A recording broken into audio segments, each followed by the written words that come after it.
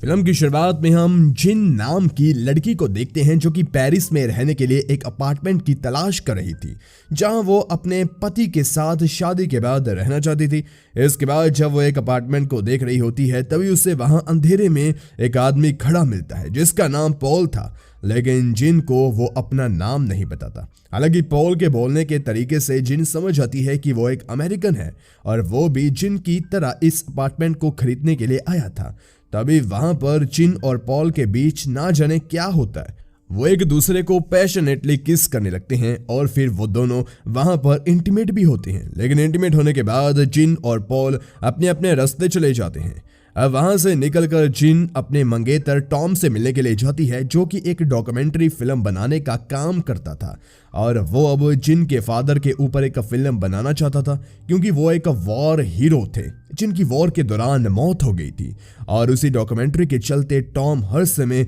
जिन को शूट करता रहता था, जिस बात से जिन उसे बहुत ज्यादा चिढ़ती थी। अब जिन टॉम को अपनी मॉम के अपार्टमेंट में लेकर जाती है, जिसके बाद हम पॉल को देखते हैं जो कि अपने घर में होता है और वहां पर एक मेड फ्लोर पर पड़ा हुआ सारा खून साफ कर रही होती है। इससे हमें पता चलता है कि पॉल की वाइफ रोजा ने 2 दिन पहले किसी अनजान कारण से सुसाइड किया था और क्योंकि उसने अपने पीछे कोई सुसाइड नोट नहीं छोड़ा था इसलिए उसके मरने का कारण पॉल को ही नहीं पता था। अगले दिन पॉल उसी अपार्टमेंट में जिन से मिलता है जहां वो जिन को उसके बारे में बताने से मना करता है और उसे कहता है कि हम यहाँ पर हफ्ते में सिर्फ 2 बार ही मिला करेंगे, वो भी सिर्फ इंटीमेट होने के लिए। और इस दौरान ना मैं तुम्हें अपना नाम बताऊंगा और ना ही तुम मुझे। साथ ही में हम दोनों अपनी जिंदगी से रिलेटेड बातें भी एक दूसरे से नहीं करेंगे। अब क्योंकि जिन भी पॉल की तरह अपनी जिंदगी से परेशान थी इसलिए वो पॉल की सारी शर्तें मानने के लिए तैयार हो जाती है। जिसके बाद पॉल वहां पर अपने फेक नाम से कुछ फर्नीचर मंगाता है जिसकी वजह से जिन उसके बारे में कुछ भी नहीं जान पाती थी,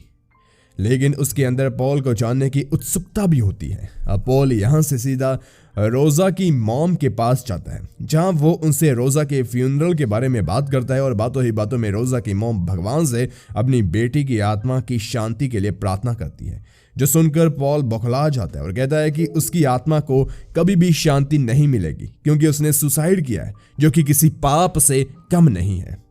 वहीं दूसरी तरफ जिन टॉम के शूटिंग क्रू को अपने डैड के फार्म में लेकर जाती है और उन्हें अपने फादर से रिलेटेड कई सारी चीजें दिखाती है। साथ ही उन्हें यह भी बताती है कि उसका पहला बॉयफ्रेंड उसी का कजन था, जो बात जिन ने टॉम से भी नहीं बताई है। अब इसके बाद पॉल और जिन एक दूसरे से दोबारा उसी अपार्टमेंट में मिलते हैं। वहां जिन पॉल से अपने पहले प्यार यानी कि अपने कजन के बारे में बताने की कोशिश करती है, मगर उसके इस बात से पॉल को गुस्सा आ जाता है क्योंकि उसने एक दूसरे से अपने रिलेटेड कोई भी बात करने के लिए मना किया था। लेकिन फिर वो अपने आप को संभालता है और जिन से बिना किसी का नाम लिए उसकी बात पूरी करने को कहता है, जिस पर जिन उसे बताती है कि वो पहली बार अपने कजन के साथ इंटीमेट हुई थी और उसका एक्सपीरियंस दोनों के लिए ही बहुत अजीब था, लेकिन जिन को उससे अच्छा भी महसूस हुआ था।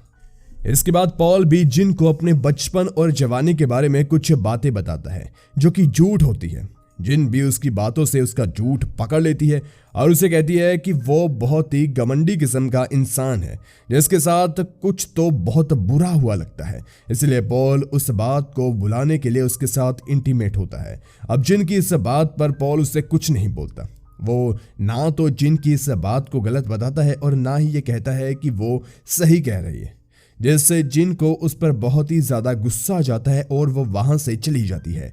इसके बाद पॉल को एक टीनेज लड़के के बारे में पता चलता है जिसके साथ उसकी वाइफ रोजा का अफेयर चल रहा था, लेकिन पॉल को इससे कोई फर्क नहीं पड़ता और ना ही इस बात का बुरा लगता है। वो तो बस यही सोचकर परेशान था कि आखिर उसकी वाइफ ने सुसाइड किया तो क्यों किया,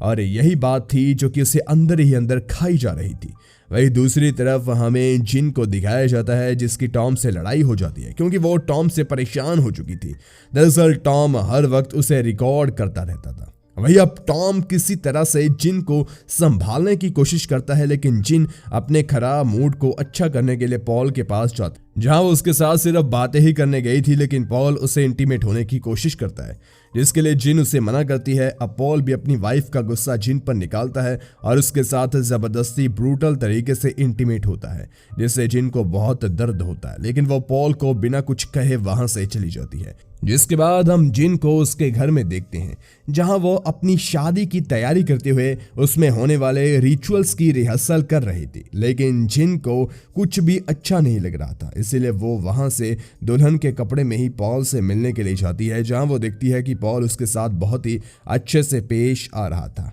वो पहले जिन के कपड़े उतार कर उसे प्यार से नहलाता है, जिससे जिन को बहुत अच्छा महसूस होता है, और फिर वो पॉल से कहती है कि उससे पॉल से प्यार हो गया है, साथ ही वो उसी के साथ अपनी जिंदगी बिताना चाहती है। जिस पर पॉल जिन से कहता है कि उसके हिसाब से इस प्यार का कोई भी अस्तित्व नहीं है, और फिर इतना कह के बाद में वो जिन के साथ पैशनेटली इंटीमेट होने लगता है, और जिन भी अपने सारे गिले शिकवे मिटाकर एंजॉय करती है। इसके बाद अगले दिन हम पॉल को उसके अपार्टमेंट में देखते हैं, जहां पर उसकी वाइफ रोजा का फ्यूनरल चल रहा होता है, और फ्यूनरल खत्म होने के बाद पॉल रोजा की कॉफिन के पास बैठकर उसे देखते हुए रोने लगता है और कहता है कि उसने ऐसा क्यों किया, साथ ही उसे अकेला छोड़कर क्यों चली गई। फिर वो खुद ही अपनी गलती को मानते हुए कहता है कि गलती उसकी ही है, क्योंकि उसने रोजा को ज़्यादा टाइम नहीं दिया, और वो ये मानता था कि वो बहुत ही घमंडी और मतलबी आदमी है। अब एक दिन जिन पॉल से मिलने के लिए उसके अपार्टमेंट में जाती है, जहां उसे पता चलता है कि पॉल उसे छोड़कर जा चुका है,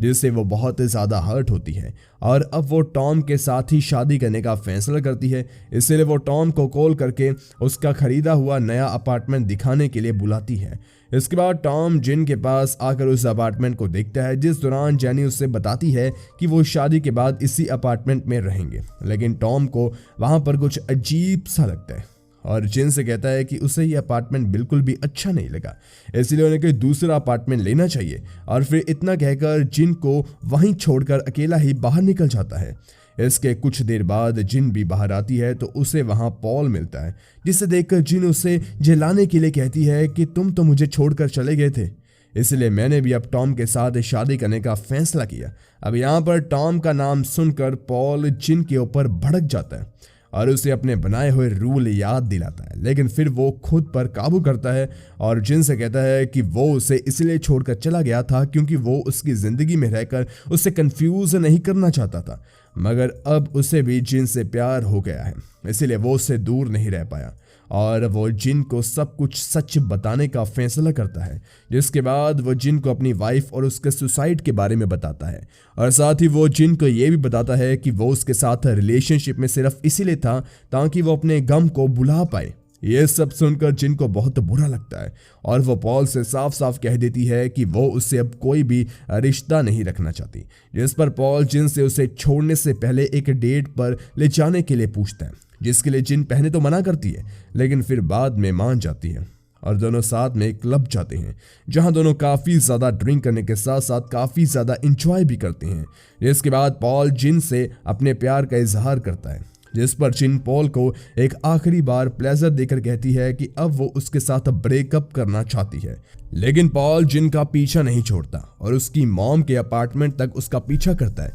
लेकिन अब जिन पॉल की बातों में नहीं आने वाली थी, इसलिए वो पॉल से खुद को बचाने के लिए ड्रॉर से अपने फादर की गन निकालती है, लेकिन पॉल पहले की तरह उसके साथ जबरदस्ती करता है। साथ ही वो जिन से उसका नाम भी पूछता है, जिस पर जिन उसे अपना नाम बताकर गोली मार देती है और पॉल की वहीं मौत हो जाती है। लेकिन अब जिन को कुछ समझ नहीं आता कि वो पॉल की मौत के बारे में पुलिस को क्या बताएगी और फिर वो मन ही मन बड़बड़ाते हुए कहानी बनाती है। अब क्योंकि वो पॉल का नाम नहीं जानती थी, इसीलिए वो कहती है कि वो इस आदमी को नहीं जानती जो कि जिन का पीछा करते हुए उसके अपार्टमेंट में घुसकर उसके साथ जबरदस्ती करने लगा, इसलिए जिन ने सेल्फ डिफेंस में उसकी जान ली। ये सब जिन बिल्कुल वैसे ही बड़बड़ा रही होती है जैसे कि मानो वो पुलिस के सामने अपने बयान देने की प्रैक्टिस कर रही हो। और फिर इसी के साथ ये मूवी यहीं पर एंड हो जाती है। गाइस, वीडियो पसंद आई हो तो वीडियो को लाइक करके चैनल को जरूर सब्सक्राइब कर लीजिए और साथ में नोटिफिकेशन भी ऑन कर लीजिए ताकि हमारी वीडियो आप सबसे पहले देख पाए। धन्यवाद।